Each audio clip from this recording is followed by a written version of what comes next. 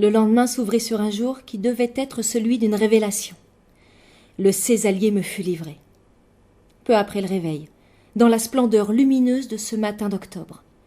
Ce fut un éblouissement que le déploiement de ces larges espaces, vierges et nus, et je découvris alors que marcher sur ces interminables étendues, offertes à des visions illimitées, procurait un sentiment ineffable d'évasion, de continuité intemporelle, de liberté sauvage que rien ne venait entraver.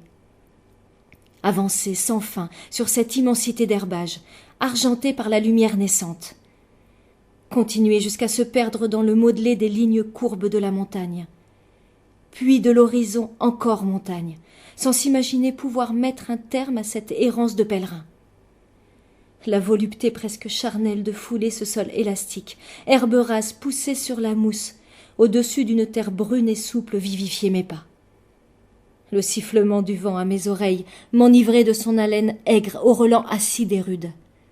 J'étais transporté d'une exaltation profonde et élévatrice.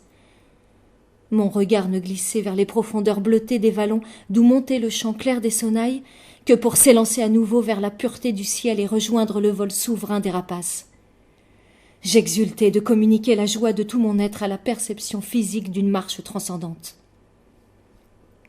Lorsque je redescendis aux Hauts-de-Rocherousse, je fus frappé par l'image saisissante de parfait isolement que le domaine suggérait.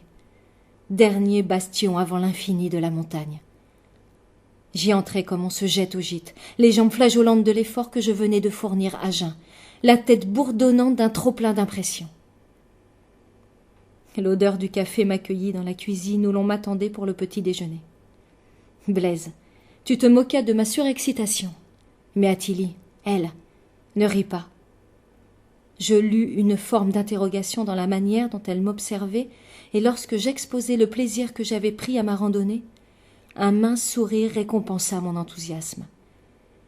Grâce que je perçus comme un gage d'estime. Ce fut la seule sympathie qu'elle m'accorda ce jour-là, mais à cet instant, je savais déjà que je ne voulais plus partir. Je décidai de mettre tout en œuvre pour prolonger mon séjour aux Hauts-de-Rocherousse, instaurant une trêve dans le rythme accéléré de mes obligations professionnelles, afin de rester seule avec la montagne et cette fille, puisqu'elles éveillaient en moi, les confondant dans un même désir de possession, une impérieuse fureur de découverte.